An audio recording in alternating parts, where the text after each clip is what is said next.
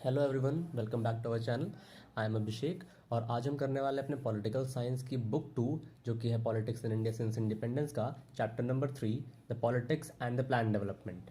ठीक है, तो पिछले चैप्टर में हमने देख लिया था that how we have established democracy in our country, है ना। डेमोक्रेसी का स्टैब्लिशमेंट हो गया। उससे पहले हमने देखा था अबाउट द इंटीग्रेशन, ठीक है, sorry, about the integration of princely states, about the integration of princely states. now तीसरे में हम देखने वाले हैं कि डेवलपमेंट कैसे इंश्योर हुई, है ना। फर्स्ट चैप्टर में हमने देखा था कि इन 1947 में जब इंडिया इंडिपेंडेंट हो रहा है तो अपने पास 3 सेट्स ऑफ चैलेंजेस हैं, 3 चैलेंजेस, जिसमें से पहला था अबाउट इंटीग्रेशन, जिसको हमने डील कर लिया है इन अवर चैप्टर 1। दूसरा था टू एस्टैब्लिश अ डेमोक्रेसी, और इसको हमने देख लिया है इन चैप्टर 2। एंड तीसरा चैलेंज था about the development and welfare of all sections of society. तो इसे हम देखने वाले हैं नंबर चैप्टर 3, ठीक है। तो अब पहले ध्यान से अगर इस चैलेंज को समझें। इस चैलेंज बात करता है about the development and welfare of all sections of society, है ना। मतलब कि डेवलपमेंट एंड वेलफेयर करना है तो ऐसा नहीं कि सिर्फ देश का करना है, डेवलपमेंट करना है, लोगों का करना है। और लोगों में भी ऐसा नहीं कि जो अभी तक एक तरह से किक स्टार्ट जिनका अच्छे से हो चुका है पहले से, वो एक अच्छे स्टेज पे है, उनका डेवलपमेंट और करना है, नहीं। जितने भी सेक्शन सोसाइटी में अपने सबका डेवलपमेंट करना है ना। लाइक पुअर, और कोई रिच क्लास हो गई, पुअर क्लास हो गए, वेमेन हो गए, कास्ट के अकॉर्डिंग क्लासिफिकेशन करके उनका डेवलपमेंट करना है, क्लासेस के अकॉर्डिंग करना है, जेंडर के अकॉर्डिंग करना है, ठीक है। तो सभी सेक्शंस का डेवलपमेंट करना सोसाइटी में, ठीक है। तो इनका डेवलपमेंट कैसे इंश्योर होगा। अब अगर छोटी क्लास में हमने देखा था, इसको लिख सकते हो कि the development is a individual concept. Individual के साथ साथ it is also a contradictory concept, ठीक है। तो डेवलपमेंट, सबसे पहले देखो, डेवलपमेंट होता है, वो होता है इंडिविजुअल कंसेप्ट। मतलब डेवलपमेंट, मेरी जो डेवलपमेंट होगी वो दूसरे की डेवलपमेंट नहीं होगी, है ना। उसके लिए डेवलपमेंट का मतलब कुछ और है, मेरे डेवलपमेंट का मतलब कुछ और है। मेरे इंडिविजुअल चॉइसेस या फिर मेरे इंडिविजुअल कह सकते हो तुम जो गोल्स हैं, अगर मैं उनको अचीव कर पा रहा हूँ तो वो मेरा डेवलपमेंट होगा। और दूसरे इंडिविजुअल की चॉइसेस अलग हो सकती हैं, ठीक है। सेम, अब क्योंकि डेवलपमेंट एक इंडिविजुअल कंसेप्ट है, मतलब मेरा डेवलपमेंट दूसरे के डेवलपमेंट से अलग है, तो दो लोगों की डेवलपमेंट कॉन्ट्राडिक्ट भी कर सकती है ना। कैसे? फॉर एग्जाम्पल एक इंडस्ट्रियलिस्ट है, या फिर इंडस्ट्रियलिस्ट से अच्छा वर्ड यूज कर सकते हो और कैपिटलिस्ट है ना। अब कैपिटलिस्ट का जो मेन कह सकते हो अचीवमेंट होती है, मतलब गोल होता है, वो होता है टू मेक प्रॉफिट्स, है ना। इनको प्रॉफिट्स चाहिए। और प्रॉफिट्स निकलेगा कैसे? जब प्रोडक्शन कॉस्ट कम से कम होगी और सेलिंग कॉस्ट ज़्यादा से ज़्यादा होगी, ठीक है। तो अब इसमें एक चीज़ ये है कि सेलिंग कॉस्ट जो है, सेलिंग कॉस्ट एक लिमिट से ज़्यादा कर नहीं सकते हो, है ना। ये लिमिट, एक लिमिट तक ही बढ़ा सकते हो, क्योंकि उससे ज़्यादा अगर बढ़ाओगे, अगर इसमें लिमिट क्रॉस होगी तो लोग खरीद नहीं पाएंगे, है ना, लोगों के पास जितना पैसा रहेगा वो उतना ही खरीद पाएंगे। अब फॉर एग्जांपल इंडिया जैसे कंट्री, यहाँ पे एवरेज इनकम, फिर कोई भी कंट्री, इसकी एवरेज इनकम है फॉर एग्जांपल 10,000।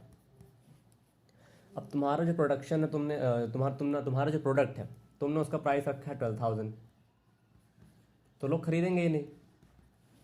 ठीक है, तो इसीलिए सेलिंग कॉस्ट जो है वो एक तरह से एक लिमिट हो जाती है, उसको इतना जल्दी नहीं बढ़ा सकती जब तक लोगों की इनकम नहीं बढ़ रही है ना। इसीलिए जो सबसे मेन मोटिव रहता है इंडस्ट्रियलिस्ट का, फिर कैपिटलिस्ट का, वो होता है प्रोडक्शन कॉस्ट कम कर लें। अब प्रोडक्शन कॉस्ट कैसे कम होगी? जब फैक्ट्री में जो मशीन्स चल रही हैं, इलेक्ट्रिसिटी लग रही है, या फिर और भी रॉ मटेरियल्स लग रहे हैं, उनके कॉस्ट कम हो जाए। एंड मेन चीज़, जो वहाँ के वर्कर्स हैं, वो लेस पेमेंट में भी काम करने के लिए तैयार हो जाए। ठीक है, इसलिए कहते नहीं है कि इंडिया में जो लेबर कॉस्ट है वो बहुत कम है एज कंपेयर टू हाँ देन कंपेयर टू यूएसए, क्योंकि यूएसए में लोगों की इनकम ज़्यादा है, वहाँ की कॉस्ट ऑफ लिविंग ज़्यादा है। ठीक है, तो यहाँ के लोग, अब जो इंडिया वाला लेबर होगा वो 5,000 में काम करने के लिए तैयार हो जाएगा, लेकिन यूएसए के लेबर का काम 5,000 में चलेगा ही नहीं, वहाँ की cost of living he monthly मांगती है 20,000। ठीक है, तो इसको काम करने लगे 25,000, मिनिमम 20,000। तो ये जो काम करेगा वो सेम काम करेगा यूएसए वाला, वो उसको करेगा 20,000 में, और इंडिया वाला करेगा उसको 5,000 में, है ना। तो इंडिया वाले से वो काम करवाने पे, सेम काम करवाने पे प्रोडक्शन कॉस्ट कम हो जाएगी, है ना। और इसीलिए ज़्यादा इंडस्ट्री जो है कैपिटलिस्ट चाहते हैं कि उनके वर्कर्स कम से कम पेमेंट में काम करने के लिए तैयार हो जाएं। और दूसरी चीज़, कम से कम पेमेंट प्लस ज़्यादा से ज़्यादा काम।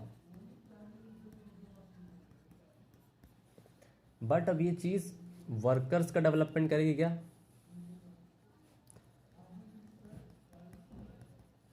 है ना। देखो, अब और अच्छे समझो अगर, तो फॉर एग्जांपल ये चीज़ अचीव हो गई, है ना, ये चीज़ ज़्यादा काम और कम पेमेंट में ज़्यादा काम उसको अचीव हो गया।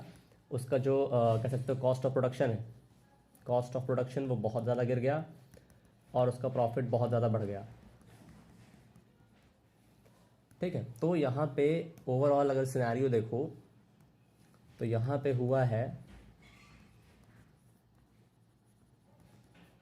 Development of the capitalist. ठीक है, कैपिटलिस्ट का डेवलपमेंट हुआ, वो जिस स्टेज पे प्रोडक्शन करने से पहले था, अब प्रोडक्शन करने के बाद उस स्टेज से थोड़ा ऊपर उठ चुका है, उसने प्रॉफिट कमा लिया। बट यहाँ पे जो वर्कर है, जो लेबर है, उसका डेवलपमेंट हुआ है क्या? उसका डेवलपमेंट कैसे होगा? अब लेबर की क्या डिमांड है कि कम काम करना पड़े। कम काम मतलब ऐसा नहीं कि 1 घंटे 2 घंटे काम, एटलीस्ट रीजनेबल आवर्स तक काम करना पड़े। दूसरी चीज़, पेमेंट अच्छी मिले। पेमेंट वैसा नहीं कि 8 घंटे काम के लिए, वो भी अनस्किल्ड काम के लिए उनको हम 10 लाख रुपए देंगे, नहीं, पेमेंट भी रीजनेबल देनी चाहिए। ठीक है,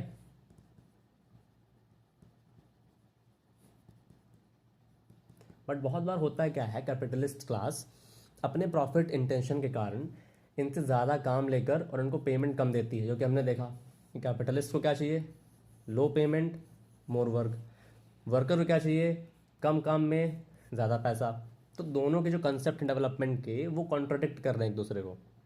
ठीक है, इसको जो चाहिए उसका उल्टा इसको चाहिए, है ना। तो इसीलिए डेवलपमेंट जो है वो कॉन्ट्राडिक्टरी कंसेप्ट है, मतलब एक की डेवलपमेंट से दूसरे का नुकसान हो सकता है ना। कैपिटलिस्ट के डेवलपमेंट से लेबर्स का नुकसान होगा, लेबर्स के डेवलपमेंट से कैपिटलिस्ट का नुकसान होगा, राइट। अब क्योंकि अब हमें ये भी मालूम है, देखो अब थोड़ा इंडियन पर्सपेक्टिव से सोचते हैं, 1 सेकेंड।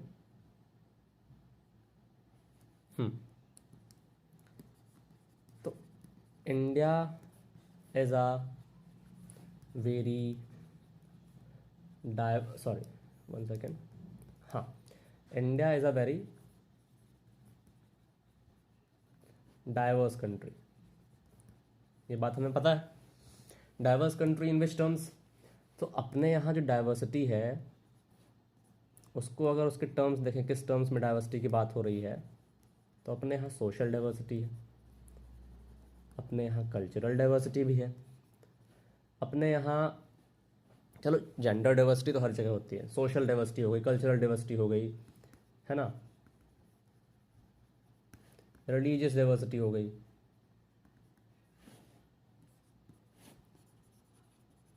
इकोनॉमिक डाइवर्सिटी हो गई, है ना। तो बहुत तरह की डाइवर्सिटीज़ हैं। तो ये बहुत से अलग अलग सेक्शंस भी हो गए, है ना। अब सोसाइटी में अलग सेक्शंस होते हैं, कल्चर के अकॉर्डिंग बहुत से अलग सेक्शंस होते हैं, रिलीजन के बहुत से सेक्शंस होते हैं। तो इन सबको सेक्शन की तरह ट्रीट करते हैं अगर अभी हम लोग। तो इसमें से किसी एक सेक्शन का डेवलपमेंट करेंगे दूसरे सेक्शन को भी नुकसान हो सकता है, ठीक है। फॉर एग्जाम्पल अभी हमने देखा इकोनॉमिक डाइवर्सिटी में एक हो गया रिच, एक हो गया पुअर। रिच का डेवलपमेंट करने जाओगे तो पुअर अंडर डेवलप्ड रह जाएगा, और अगर पुअर का डेवलपमेंट करने जाओगे सॉरी, तो रिच धीरे धीरे गरीब होता जाएगा। या तो अगर दोनों को बराबर लेवल पे ला दो, बट ये एक्सेप्टेड है नहीं किसी को, और ऊपर से प्रैक्टिकली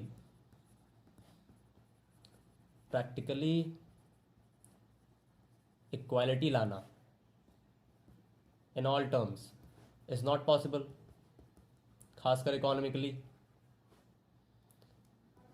है ना। इक्वालिटेरियन सोसाइटी बनाना है प्रैक्टिकली पॉसिबल नहीं है। इसी का ट्राई किसने किया था, इस सोसाइटी को बनाने का ट्राई किया था किसने, सोशलिज्म एंड कम्युनिज्म ने, बट द फेल्ड, ठीक है। फेल क्यों हुए वो हम देखेंगे अपने बुक 1 में, है ना। मोस्ट प्रोबेबली इस चैप्टर के बाद हम बुक 1 का पहला दूसरा चैप्टर करने वाले हैं, ठीक है। तो इंडिया में इतनी डाइवर्सिटी हो गई, तो इन सब का डेवलपमेंट कराना इतना आसान तो रहेगा नहीं। दूसरी चीज़, अब अगर एक बार और देखें तो इंडिया 1947 में फ्री हो चुका है, फ्रीडम मिल गया इंडिया को, इंडिया यूनिफाई हो चुका है, प्रिंसली स्टेट्स को हमने इंटीग्रेट कर लिया है, इंडिया में गवर्नमेंट फॉर्म हो चुकी है, और वो भी डेमोक्रेटिकली इलेक्टेड, ठीक है। अब लास्ट चैलेंज है अपना टू इंश्योर डेवलपमेंट, हर चीज़ हो गई, जितनी बेसिक चीज़ें होती हैं कंट्री को चलाने के लिए वो चीज़ें इंश्योर हो चुकी हैं। अब जो मेन काम है गवर्नमेंट का, डेवलपमेंट करना लोगों का, देश का, वो करना है। वो कैसे होगा, है ना, क्या क्या स्टेप्स उसके लिए लिए गए, वो सब हमें इसमें देखना है। वैसे और कितना इसने हमने डेवलपमेंट कितनी अचीव कर ली उसको भी देखना है, ठीक है। तो ये तो इंट्रोडक्शन था ना। अब स्टार्ट करते हैं थोड़ा चैप्टर।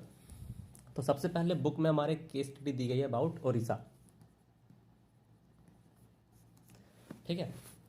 उड़ीसा में हमें मालूम है कि जैसे उड़ीसा है कहाँ पे, एक बार मैं बना के दिखा देता हूँ।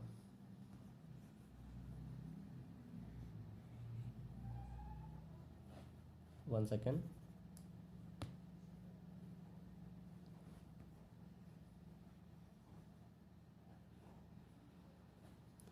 यहाँ पे है उड़ीसा, यहाँ पे झारखंड भी है ना। तो झारखंड उड़ीसा वाले एरियाज़ में बहुत से अनटैप्ड आयरन ओर्स मिलते हैं, ये ज्योग्राफी में पढ़ोगे तुम लोग, आयरन ओर मिलता है वहाँ पे, ठीक है। तो आयरन ओर किसके काम की चीज़ है, इंडस्ट्रीज़। आयरन जो होता है वो है backbone of industries, backbone of industries. क्यों, क्योंकि सभी मशीनरीज, जितने भी मशीन इक्विपमेंट्स हैं सब आयरन से ही तो बन रहे हैं, ठीक है। तो आयरन जो है बैकबोन ऑफ इंडस्ट्रियल डेवलपमेंट होता है किसी भी कंट्री का, राइट। तो उड़ीसा में एक जगह आयरन ओर मिल रहा था, मतलब मिलते हैं, अनटैप्ड आयरन ओर है वहाँ पे। तो वो एक तरह से वहाँ की गवर्नमेंट को क्या लगा कि एक इन्वेस्टमेंट कह सकते हो लोकेशन है ना, इन्वेस्टमेंट डेस्टिनेशन है, यहाँ पे इन्वेस्टमेंट किया जा सकता है। क्यों? जिससे आयरन ओर को निकालेंगे, उस मतलब माइनिंग करेंगे, आयरन ओर से आयरन निकालेंगे और उससे फिर उसको बेचेंगे, फिर उससे और प्रोडक्ट्स बनाएंगे। ठीक है। तो उड़ीसा में जहाँ पे अनटैप्ड आयरन ओर थे,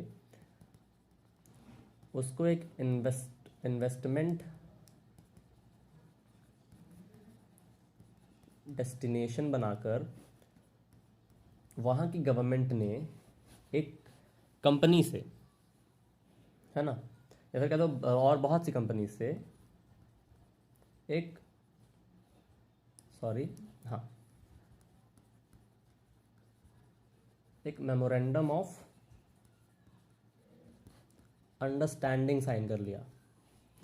इसको शॉर्ट फॉर्म में बोलते हैं MOU।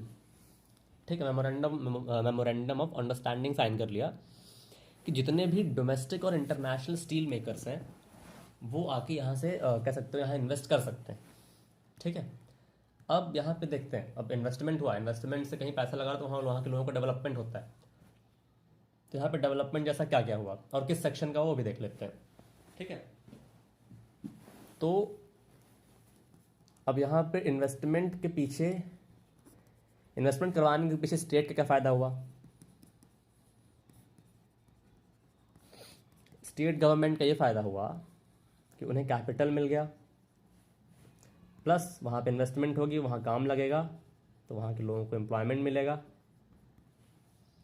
तो स्टेट गवर्नमेंट ने क्या फ़ायदा हुआ कि उनका स्टेट डेवलप होगा, वहाँ के लोगों के पास पैसा आएगा। ठीक है। डेवलप इन द सेंस कि इकोनॉमिकली डेवलप होगा, है ना। डेवलपमेंट में सिर्फ इकोनॉमिक डेवलपमेंट को सिर्फ इकोनॉमिक टर्म्स में नहीं देखा जाता है, यहाँ पे भी इकोनॉमिक डेवलपमेंट की बात हो रही है ना। दूसरा, वहाँ पे अब ओडिशा जो है, कैसे, यहाँ पे एक सेकंड, हाँ, ओडिशा झारखंड वाला जो एरिया है ये एक ट्राइबल एरिया है। यहाँ पे जो पॉपुलेशन है वो ट्राइब्स की ज़्यादा रहती है, और ये लोग कहाँ रहते हैं? ये लोग फॉरेस्ट्स में रहते हैं, अपना जंगली टाइप के इलाकों में, और वो आयरन और रिजर्व्स वहाँ मिल रहे हैं। इनके छोटे मोटे गांव, ऐसा नहीं फॉरेस्ट इन द सेंस कि अब तुम समझ लो ट्रॉपिकल रेन फॉरेस्ट, नहीं, छोटे मोटे जंगल भी रहते हैं वहाँ पे। लोग अपने गाँव में बस्ती बना के रहते हैं, वहाँ पे आयरन ओर मिल गया तो वहाँ इन्वेस्टमेंट होगी तो जो इन्वेस्ट कर रहा है वो वहाँ पे काम लगाएगा, तो वहाँ के लोगों को वहाँ से हटाएगा, वहाँ पे माइनिंग करेगा। ठीक है। तो ट्राइबल पॉपुलेशन के लिए वहाँ पे क्या हुआ देख लेते हैं। ट्राइबल पॉपुलेशन के लिए तो वहाँ से डिस्प्लेसमेंट हुआ।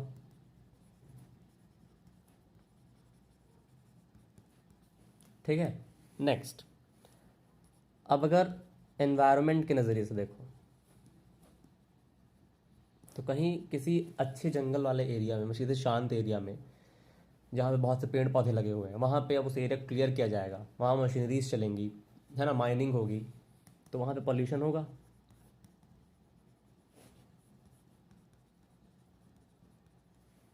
ठीक है। अब एक चीज़ में और देख लो, स्टेट गवर्नमेंट था, सेंट्रल गवर्नमेंट भी तो खुश होगी, सेंट्रल गवर्नमेंट भी होगी, क्योंकि उसके देश में ही सब हो रहा है। अब लेकिन क्या हुआ क्या कि क्योंकि यहाँ पे ट्राइबल लोगों को डिस्प्लेस करना पड़ रहा है, ऊपर से पॉल्यूशन होगा, तो ये क्या यहाँ के लोग एग्री करेंगे? ऑफ कोर्स नहीं करेंगे। ठीक है। वो लोग क्यों मानेंगे? उनको वहाँ से डिस्प्लेस किया जा रहा है, ऊपर से उस एरिया का डेवलपमेंट भी इस टर्म्स में हो रहा है कि इकोनॉमिकली डेवलप हो जाएगा। बट अब देखो एक चीज़ और भी है कि वहीं के लोगों को एम्प्लॉयमेंट मिलेगा, इसकी भी कोई गारंटी नहीं है। कोई कंपनी को तो स्किल्ड लेबर चाहिए, और वहाँ के लोगों को थोड़ी मालूम है इसका काम, माइनिंग का काम कैसे करना है, इफ़ वो इस चीज़ में पहले से इन्वॉल्व नहीं है तो, है ना। तो उनको तो सिर्फ डिस्प्लेसमेंट मिल रहा है वहाँ से, और उस एरिया में पॉल्यूशन भी करेंगे अलग से, तो लोग एग्री नहीं हो रहे हैं। ठीक है। तो ये वहाँ की केस स्टडी थी। अब क्योंकि लोग एग्री नहीं हो रहे हैं, तो इससे जो इन्वेस्टर्स हैं वहाँ के,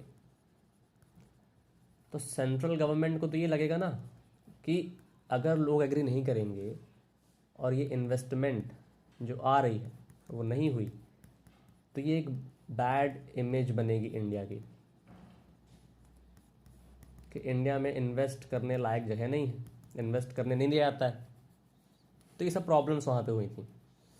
अब है क्या कि चाहे जैसे भी इमेज बने, कुछ भी हो, बट क्योंकि डेमोक्रेसी है तो रूल तो चलेगा लोगों का ही। कोई भी डिसीजन एट लास्ट हो रहा है तो पॉलिटिकल डिसीजन होगा जो पब्लिक के फेवर में हो।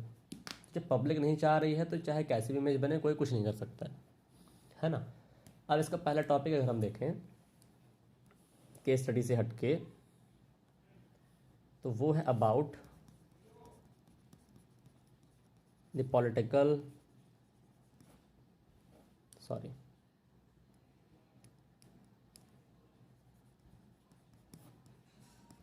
कंटेस्टेशन। ठीक है, तो इसी को कंटिन्यू करते हैं कि इस तरह के जितने भी डिसीजंस हैं,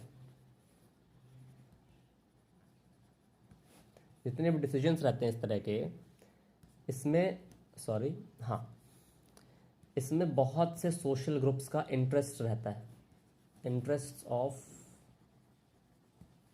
one second, okay, interest of various social groups. और इस तरह के डिसीजंस ऐसे ही नहीं कि चुटकियों में गवर्नमेंट को कोई इन्वेस्टर आके बोला इन्वेस्ट करना और उन्होंने डिसीजन ले लिया, नहीं। इसके पीछे भी एक्सपर्ट्स बैठते हैं डिसीजन लेने से पहले। ठीक है, एक्सपर्ट्स एडवाइस देते हैं कि क्या प्रॉफिट्स एंड क्या लॉस है, उसके बाद डिसीजन लिया जाता है। बट इन सब चीज़ों के बाद भी जो मेजर डिसीजन रहेगा वो वही रहेगा जो पब्लिक चाहती है अकॉर्डिंग टू डेमोक्रेसी। ठीक है, तो वही रहेगा जो पब्लिक चाहती है। तो last decision should be a political one. Political in the sense ये नहीं कि नेता कुछ भी डिसीजन ले लिया, नहीं। पॉलिटिकल मतलब जो लोगों का रिप्रेजेंटेटिव है वो लोगों के हित में डिसीजन ले। ठीक है, तो अब डिसीजन पे ही थोड़ा और बात करते हैं। After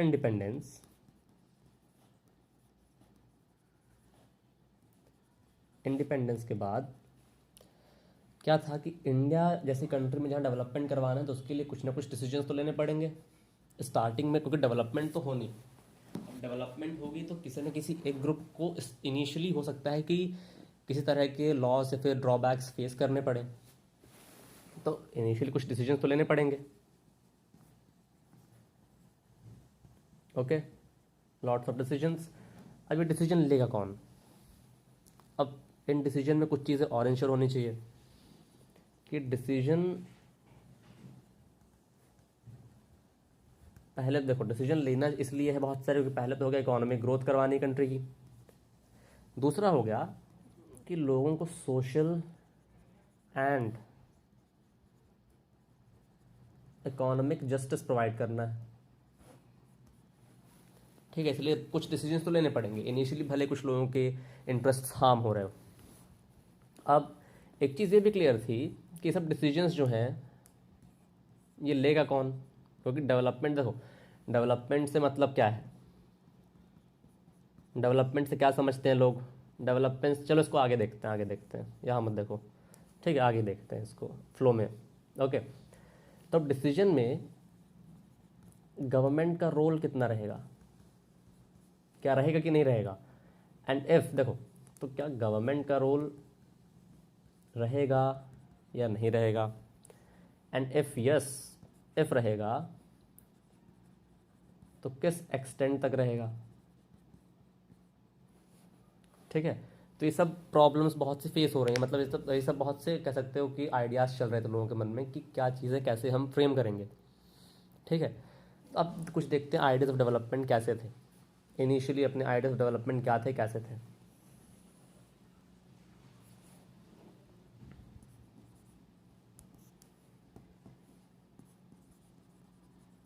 ideas of developments. ठीक है, तो डेवलपमेंट कम, अभी जो बताने वाला था वो बता देता हूँ अब। तो देखो डेवलपमेंट से मतलब क्या होता है। डेवलपमेंट से लोगों, मतलब उस समय पे और आज के हिसाब से भी अगर देखो तो डेवलपमेंट का मतलब होता है मॉडर्न बनना, मतलब लोगों के हिसाब से, मतलब जनरल परसेप्शन ऐसा होता है कि मॉडर्न बनना। और मतलब उस समय के अकॉर्डिंग मॉडर्न या फिर आज के अकॉर्डिंग बहुत बार होता है कि मॉडर्न मतलब बनना, मतलब कि वेस्ट की तरह होना, ठीक है, लाइक वेस्ट। अब वेस्ट कैसा था, वेस्ट की कुछ करेक्टरिस्टिक्स देख लेते हैं, क्योंकि जो करेक्टरिस्टिक होंगी वही मॉडर्न होंगी, उसी तरह बनना है बाकी कंट्रीज़ को भी। तो वेस्ट कैसा था, वेस्ट में हुई थी मटेरियल प्रोग्रेस, ठीक है, मटेरियल प्रोग्रेस मतलब पैसे वगैरह, सामान लेके आना, है ना, मतलब बहुत से सामान रखना, एक तरह से डिज़ायर्स अपने फुलफिल करना, मटेरियल डिज़ायर्स। दूसरा, वहाँ पे एक चीज़ और हुई, साइंटिफिक रेशनैलिटी बढ़ी वहाँ के लोगों की, है ना, वो साइंस पे थोड़ा ज़्यादा फोकस दिया उन्होंने। ओके, नाउ देन एक था, दे वर इंडस्ट्रियलाइज्ड, मास प्रोडक्शन होता था उनके यहाँ पे।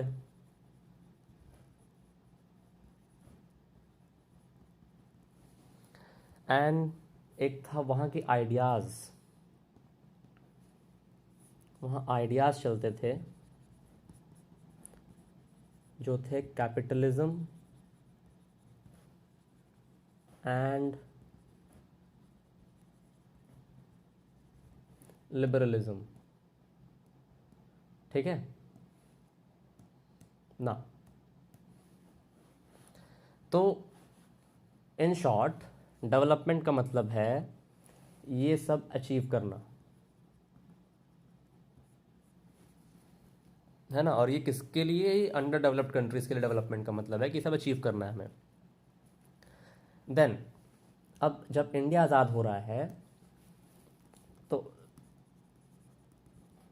इंडिया जब आज़ाद हो रहा है तो इंडिया के पास दो ऑप्शंस है ना, इस चीज़ को अचीव करने के दो ऑप्शंस हैं। एक है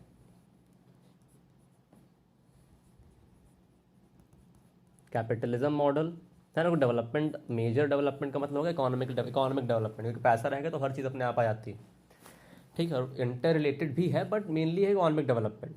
तो इकोनॉमिक डेवलपमेंट के अकॉर्डिंग दो आइडियोलॉजीज चल रही हैं दुनिया में। एक होगी कैपिटलिज्म, जिसका लीडर है यूएसए, मतलब जो मेन यूएसए में चल रही है। दूसरी आइडियोलॉजी हो गई सोशलिज्म,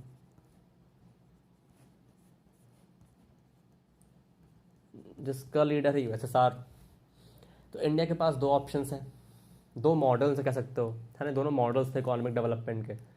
ये मॉडल तो यूएसए में फॉलो हो रहा है, जहाँ पे हो रही है क्या कि वेस्ट की तरह बनना, जिसकी बात कर रहे हैं, material progress, scientific rationality, industrialised, ideas of capitalism, liberalism. Liberalism का मतलब मालूम होगा तुम लोगों को, मतलब एक तरह से ओपननेस, है ना। सोशलिज्म कुछ टर्म्स में इससे जस्ट अपोजिट है। और इंडिया में जो सोशलिज्म था, in India it was getting more support, ठीक है, इसको ज़्यादा सपोर्ट मिल रहा था। अब question is why it was getting more support, ज़्यादा सपोर्ट क्यों मिल रहा था, उसको भी देख लेते हैं। तो था क्या कि इंडिया जो कंट्री है, अपने पास सबसे बड़े चैलेंजेस क्या क्या थे। एक तो था पॉवर्टी एलिविएशन, एंड एक चैलेंज था सोशल एंड इकोनॉमिक रिडिस्ट्रीब्यूशन। तो ये सब अचीव कैसे होगा, ये अचीव होगा बाय इंडस्ट्रियलाइजेशन, इंडस्ट्रियलाइजेशन करेंगे। दूसरा, एग्रीकल्चर को बढ़ावा देना पड़ेगा, और इनके साथ साथ हमें चाहिए the most important, rural prosperity. क्यों, क्योंकि ज़्यादातर पॉपुलेशन जो है ना, major chunk of population India की वो रह रही है रूरल एरियाज़ में, है ना। और वो तो, ये तो उस टाइम की बात है, अगर तुम आज की बात करो एट प्रेजेंट, तो आज भी नियरली 60 to 65% पॉपुलेशन रूरल है अपने पास, ठीक है। तो रूरल प्रॉस्पेरिटी लाना बहुत ज़्यादा ज़रूरी हो जाता है। तो ये सब चीज़ें ज़रूरी हो गई। अब ये सब करेंगे कैसे, है ना। अब फॉर एग्जांपल हमने देख लिया कि इंडिया में सोशलिज्म का ज़्यादा सपोर्ट था, लोग ज़्यादा सपोर्ट कर रहे थे किसको, सोशलिज्म को, जो कि मॉडल था which was used in USSR. तो इंडिया में ज़्यादा सपोर्ट था बिकॉज अपने को भी पॉवर्टी एलिविएशन करना था, इक्वालिटी लेके आनी थी, और ये बात करता सोशलिज्म इक्वालिटी की। कैपिटलिज्म में क्या होता है, कैपिटलिज्म में द रिच गेट्स रिचर, है ना, रिच रिचर बन जाते हैं एंड पुअर और पुअर हो जाते हैं। अपने को इक्वालिटी चाहिए, इक्वालिटी इंश्योर करना है, पहले से ही बहुत से भेदभाव अपने समाज में चलते आ रहे हैं, है, दोनों खत्म करने के लिए socialism was the best strategy, फिर बेस्ट मॉडल। तो इंडिया ने इसको अडॉप्ट किया। अब दूसरी चीज़ हमें करनी है प्लानिंग, ठीक है, प्लानिंग।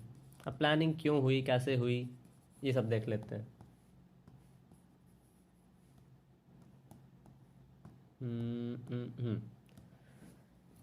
ठीक है।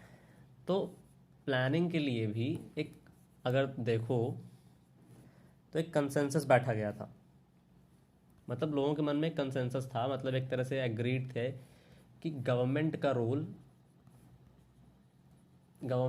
होना ही चाहिए इकोनॉमिक डेवलपमेंट में। Government's role, one second, government's role in economic development, ठीक, ये होना ही चाहिए। और ये कैसे होगा, प्लानिंग से। जब गवर्नमेंट प्लान करेगी कि करना कैसे है, डेवलपमेंट करनी कैसे है, कहाँ पैसा इन्वेस्ट करना है, कहाँ पे नहीं करना है, ठीक है, और कितना कब करना है, तो उससे डिसाइड होगा।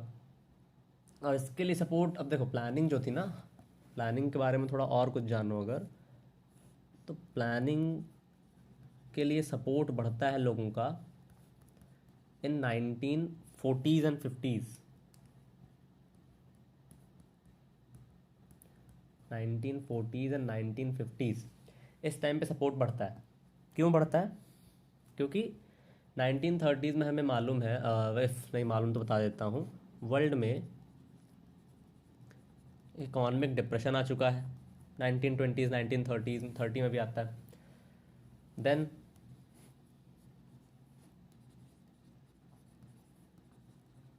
वर्ल्ड वॉर 2 होती है इसी टाइम पे। Then growth of USSR. तो इस टाइम पे जो इकोनॉमिक डिप्रेशन आया, इकोनॉमिक डिप्रेशन से जैसे रिकवरी हुई ना प्लानिंग का यूज़ करके, वो बहुत ज़्यादा कह सकते हो तुम, कह सकते हो ड्रामेटिकली राइज, मतलब राइज हुई इकोनॉमी बहुत से कंट्रीज़ की जहाँ पे डिप्रेशन चल रहा था। दूसरा, वर्ल्ड वॉर 2 के बाद जो रिकन्स्ट्रक्शन हो रहा है, ठीक है, वो भी बहुत ज़्यादा अच्छे से हो रहा है बहुत से कंट्रीज़ में बिकॉज ऑफ प्लानिंग प्रोसेस। और तीसरा जो था एक, जो सपोर्ट बढ़ा रहा था लोगों का, वो था ग्रोथ ऑफ यूएसएसआर। 1917 में कह सकते हो रशिया में रेवोल्यूशन आ रहा है, वहाँ पे रशिया की कंडीशन बहुत ज़्यादा ख़राब है।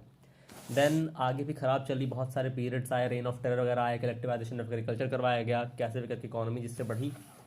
बट प्लानिंग से एक तरह से हुआ क्या कि 1945 के बाद, यूएसए के बाद जो दूसरी सबसे बड़ी इकोनॉमी बची वो थी यूएसएसआर, है ना। तो यूएसएसआर का डेवलपमेंट बहुत तेज़ी से हुआ, इसलिए प्लानिंग को बहुत ज़्यादा सपोर्ट मिल रहा था ना। अब प्लानिंग करनी ये तो लोगों को मालूम था, है ना, लोगों में पहले से कंसेंसस बना हुआ था, लोगों से मतलब इंडिया के लोगों में, लीडर्स में, कि गवर्नमेंट का रोल होना ही चाहिए। दूसरी, इसी कंसेंसस के लिए फिर इसके तहत एक्शन लेके बनाया गया the planning commission. Planning commission बना दिया गया। प्लानिंग कमीशन बना है अपना ऑन 15 मार्च 1950, ठीक है। तो प्लानिंग कमीशन बना के तैयार हुआ। अब प्लानिंग कमीशन, एक चीज़ और लिख लो, प्लानिंग कमीशन इज एन, हाँ, planning commission is an extra constitutional body, ठीक है। प्लानिंग कमीशन एक एक्स्ट्रा कॉन्स्टिट्यूशनल बॉडी है, अलग से रेजोल्यूशन लेके इसको बनाया गया है। देन प्लानिंग कमीशन बन गया, जो कि डिसाइड हुआ कि इसका काम होगा कि ये प्लान्स बनाएगा, प्लानिंग करेगा डेवलपमेंट के लिए।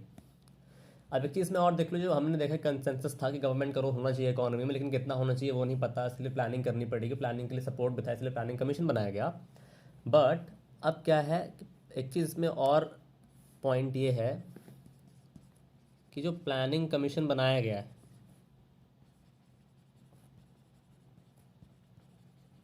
प्लानिंग कमीशन एक तरह से कोई एक सडन इन्वेंशन नहीं था। इसके रूट्स जाते हैं to the 1944 meeting of big industrialists in Bombay, और इसीलिए इसको कहते हैं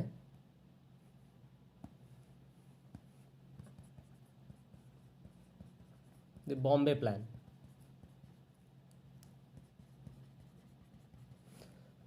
तो प्लानिंग कमीशन के रूट्स जुड़े हैं इस बॉम्बे प्लान से। अब बॉम्बे प्लान क्या था? बॉम्बे प्लान क्या था? बॉम्बे प्लान एक बिग इंडस्ट्रियलिस्ट, जो बड़े बड़े देश में उस समय पे इंडस्ट्रियलिस्ट थे, उन्होंने एक मीटिंग की थी बॉम्बे में 1944, जिसमें उन्होंने डिसाइड किया था कि स्टेट मतलब गवर्नमेंट का कितना रोल रहेगा इन इकोनॉमिक डेवलपमेंट, है ना। और इसमें ये लोग एग्री किए थे।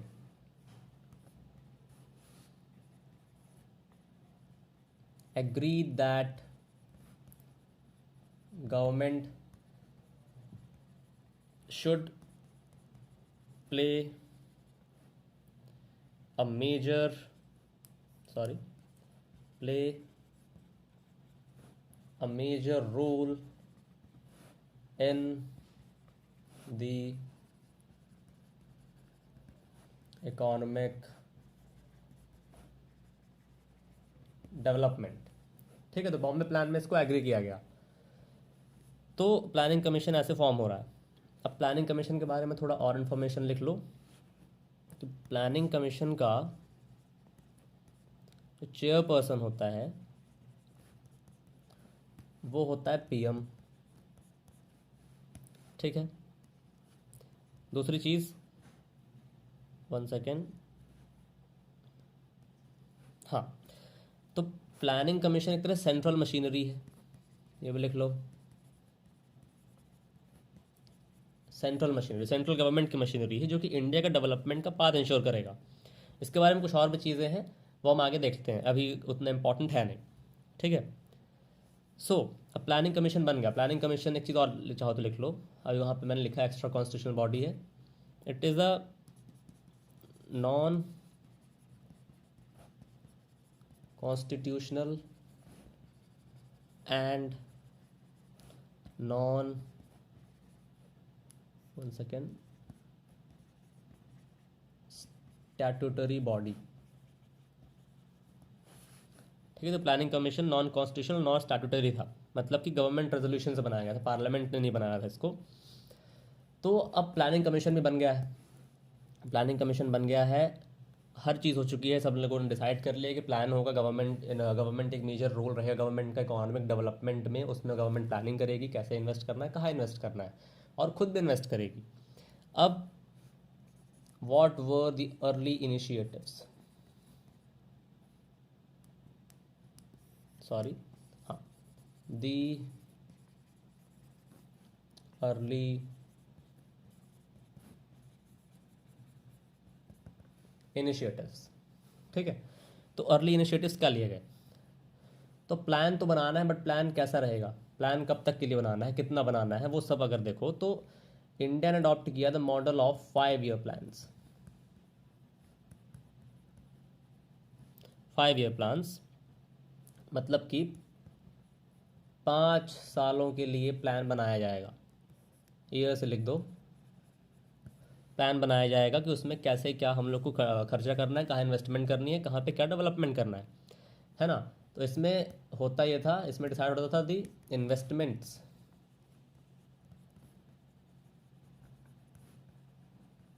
And the expenditure of the next 5 years। ठीक है, इसमें ये सब डिसाइड होता था। नाउ अब इसमें प्लान किया जाता था अबाउट द बजट, कि इंडियन गवर्नमेंट के पास बजट कितना है पैसा लगाने के लिए, क्योंकि है ना इसमें बात क्या हो रही है, investments and expenditure of 5 year of the government next 5 years में इन्वेस्टमेंट और एक्सपेंडिचर करना है। तो कैसे करेंगे, जब एक अमाउंट ऑफ मनी हमारे पास रहेगा तो वो हो गया अपना बजट। तो बजट को 2 पार्ट्स में क्लासिफाई किया जाता है प्लानिंग के लिए। एक होता है प्लान बजट,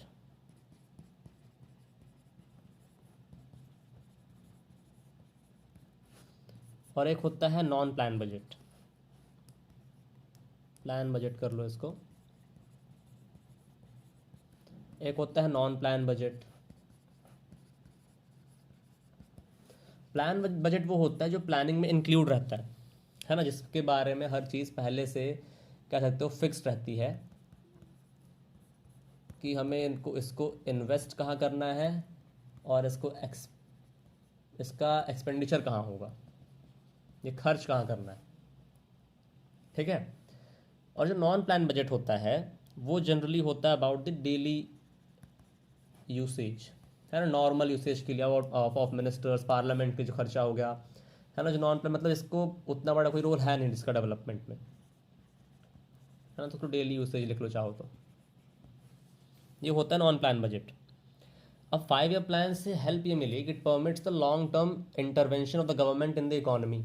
ठीक है, लॉन्ग टर्म इंटरवेंशन मतलब कि 5 सालों तक के लिए इकोनॉमी में क्या क्या होगा वो गवर्नमेंट को मालूम रहेगा, गवर्नमेंट ही डिसाइड करने वाली है। नाउ बजट हो गया, बजट भी डिसाइड हो गया कि एक हो गया प्लान बजट, एक हो गया नॉन प्लान बजट। हमें देखना है अबाउट द प्लान बजट, ये ज़्यादा इंपॉर्टेंट है। ठीक है, तो फर्स्ट 5 year प्लान के बारे में देखते हैं अब, कि हर चीज़ श्योर हो गई, डिसाइड हो गया कि प्लानिंग, सबसे पहले कंसेंसस हुआ कि हमें गवर्नमेंट का रोल चाहिए इन अवर इकोनॉमी, और इसके लिए एक प्लानिंग कमीशन बनाया गया। प्लानिंग कमीशन भी ऐसे नहीं बना दिया गया, प्लानिंग कमीशन के रूट्स थे इन 1944 बॉम्बे प्लान। 1944 बॉम्बे प्लान में क्या था कि बहुत जितने बड़े इंडस्ट्रियलिस्ट थे इंडिया के, वो बॉम्बे में एक मीटिंग करते हैं 1944 में, और उसमें वो लोग डिसाइड करते हैं कि जो इंडियन इकोनॉमी है उसके डेवलपमेंट के लिए उसमें गवर्नमेंट का जो मेजर इनिशिएटिव्स होने चाहिए वो गवर्नमेंट को लेने चाहिए। ठीक है, तो वो डिसाइड होता है, उसी कारण प्लानिंग कमीशन बनाया जाता है। प्लानिंग कमीशन एक एक्स्ट्रा कॉन्स्टिट्यूशनल बॉडी है, नॉन स्टैट्यूटरी और नॉन कॉन्स्टिट्यूशनल कह सकते हो। अब वो सिंपल रेजोल्यूशन से बन रही है ऑन 15 मार्च 1950।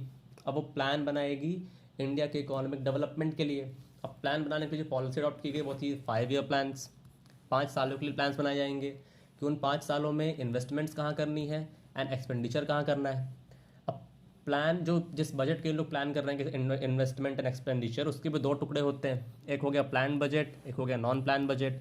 प्लान बजट वो हो गया जो प्लान के अकॉर्डिंग हमें एलोकेट करने हैं, इन्वेस्ट करने, है ना, स्पेंड करना। नॉन प्लान बजट वो हो गया जो कि डेली यूसेज या फिर कोई नॉर्मल से कह सकते हो नॉर्मल यूसेजेस के लिए, पार्लियामेंट के डेली रूटीन के लिए, मिनिस्टर्स के बेसिक अलाउंसेस के लिए हमने खर्च कर रहे हैं।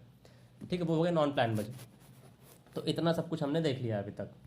अब थोड़ा आएगा देख लेते हैं about the first 5 year plan. The first sorry the first 5 year plan. ठीक है, तो पहले 5 year प्लान की बात करते हैं। अब इसमें क्या हुआ था, कैसे हुआ था। सो फर्स्ट 5 year प्लान, हमें मालूम 5 year प्लान होता है क्या। 5 देखो, जो 5 year प्लान होता है ना, सिंपली एक डॉक्यूमेंट रहता है, डॉक्यूमेंट। ठीक है, तो फर्स्ट जो 5 year प्लान था इसको बनाया था, इसका जो डॉक्यूमेंट था, फर्स्ट ड्राफ्ट था, वो था जिसको बनाया था के.एन. राज ने। ठीक है, इनका नाम याद रखना है, के.एन. राज। ठीक है, के.एन. राज ने बनाया था, और उन्होंने एक स्टेटमेंट दी थी that India should hasten slowly.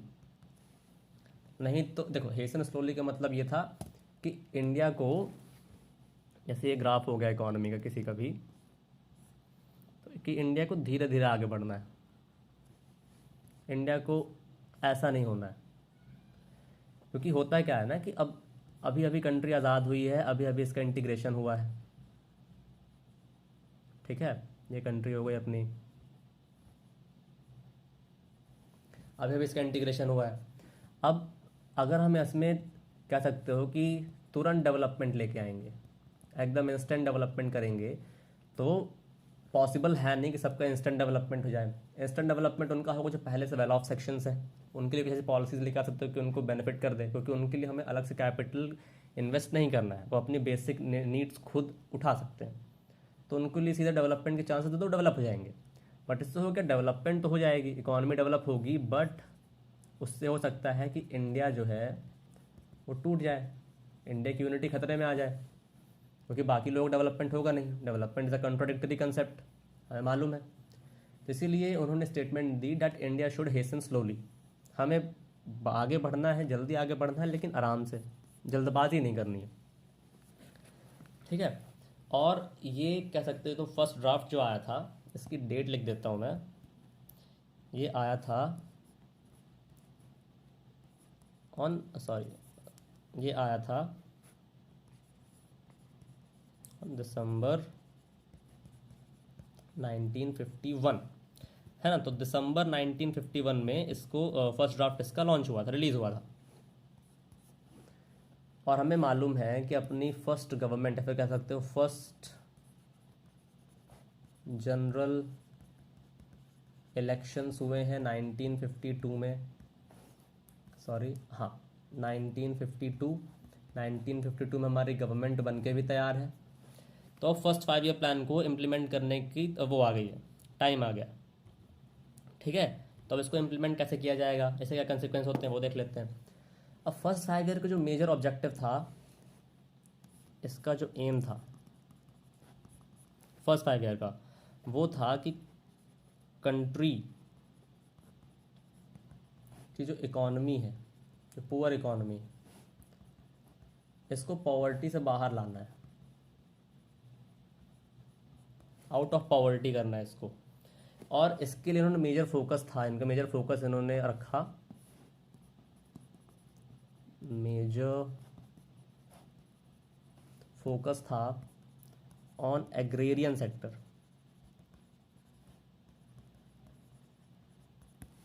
Agrarian sector पे मेजर फोकस था, उस पर भी कैसे, डैम्स एंड इरिगेशंस पे।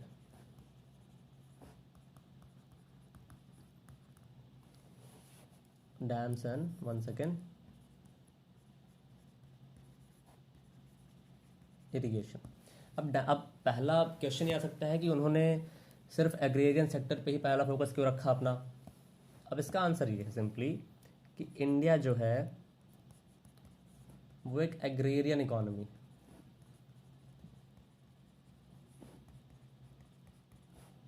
जिसमें 70% 70 to 80% जो कि आज 60% है पॉपुलेशन है, वो रूरल एरियाज में रह रही है। दूसरी चीज़, अभी अभी इंडिया का पार्टीशन हुआ है,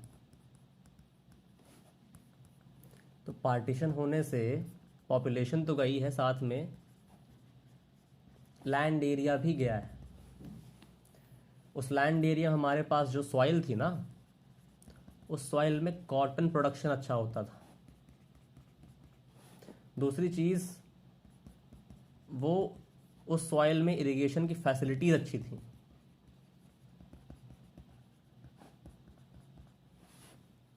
बट अब ये सब जा चुका है पाकिस्तान के पास,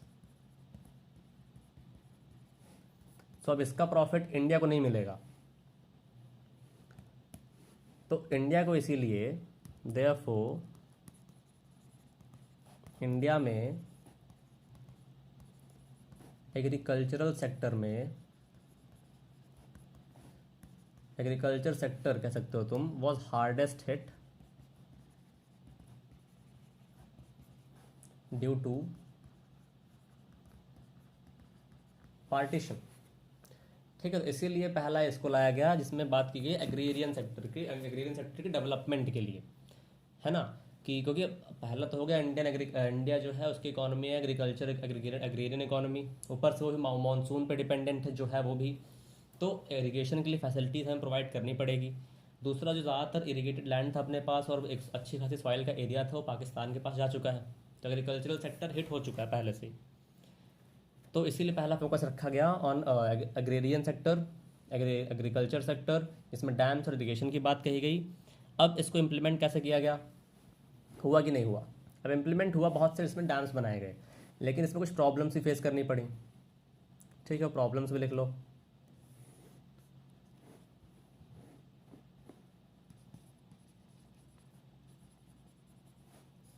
प्रॉब्लम्स क्या थी, प्रॉब्लम्स ये थी जो कि अभी हमने ऊपर देखा था ओडिशा वाले केस में, कि जब डैम्स बनानी है तो उसके लिए बहुत से एरियाज़ को खाली करना पड़ेगा, और जब एरियाज़ खाली करना पड़ेगा तो वहाँ के लोगों को वहाँ से हटाना पड़ेगा, तो वहाँ पे ह्यूज एलोकेशंस होते हैं, वहाँ के लोग डिस्प्लेस होंगे,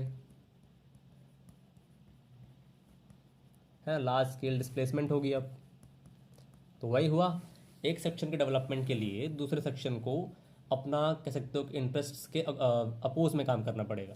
एग्रीकल्चरल सेक्टर के डेवलपमेंट के लिए, फार्मर्स के डेवलपमेंट के लिए डैम्स वगैरह बनाए गए, बट उससे डिस्प्लेस हुए वहाँ की local population, most probably tribals population जो होती है वो डिस्प्लेस की जाती है, क्योंकि वही लोग ऐसे एरियाज़ में रहते हैं पहाड़ी इलाकों में या फिर नदी के किनारे।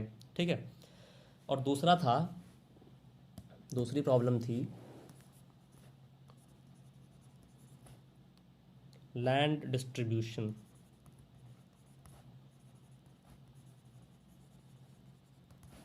लैंड डिस्ट्रीब्यूशन पैटर्न, अपने यहाँ का लैंड डिस्ट्रीब्यूशन पैटर्न जो था वह हमें मालूम है, ज़मींदारी पैटर्न चलता था, लैंड लॉर्ड्स हुआ करते थे, लैंड ओनर्स हुआ करते थे, और लोगों के पास खुद की ज़मीनें बहुत कम थी, और जो थी बहुत छोटी छोटी ज़मीनें थी, उस पर इतने बड़े लेवल पे एग्रीकल्चर करना पॉसिबल होता नहीं था। वो जो फार्मर्स थे वो प्रॉफिट मोटिव से एग्रीकल्चर कर ही नहीं पाते थे, उनके पास लैंड एरिया ही इतना होता था कि वो सिर्फ अपने सस्टेनेंस मोटिव के एग्रीकल्चर करते थे। ठीक है, और जो लैंड ओनर्स हो गए उनके पास बड़ा बड़ा एरिया, फार्मर्स हो गए, वो प्रॉफिट मोटिव से कर रहे हैं, तो इससे डेवलपमेंट सबका नहीं हो पा रहा है। ओके, तो दूसरी प्रॉब्लम ये थी लैंड डिस्ट्रीब्यूशन। इसके लिए बहुत से कह सकते हो लॉज भी लेके आ गए, बट उनको अच्छे से इंप्लीमेंट नहीं किया गया, उसके बारे में आगे देखने वाले हैं हम। तो अब इसका आउटकम क्या निकला, एक चीज़ में और जोड़ लेना कि जो फर्स्ट 5 ईयर प्लान था इसका जो बेसिक एम था इन सब चीज़ें करने से, वो था to raise the level of income of the Indian population, या फिर 1 सेकेंड, टू, हाँ, लेवल ऑफ इनकम इन्हें बढ़ाना था इंडियन पॉपुलेशन का। और वो कैसे बढ़ेगी, ये बढ़ेगा थ्रू सेविंग्स,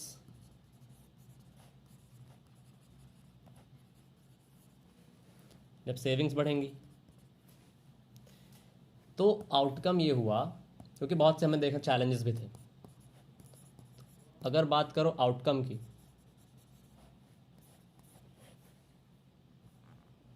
इसको बल्कि और नीचे लिख लेते हैं,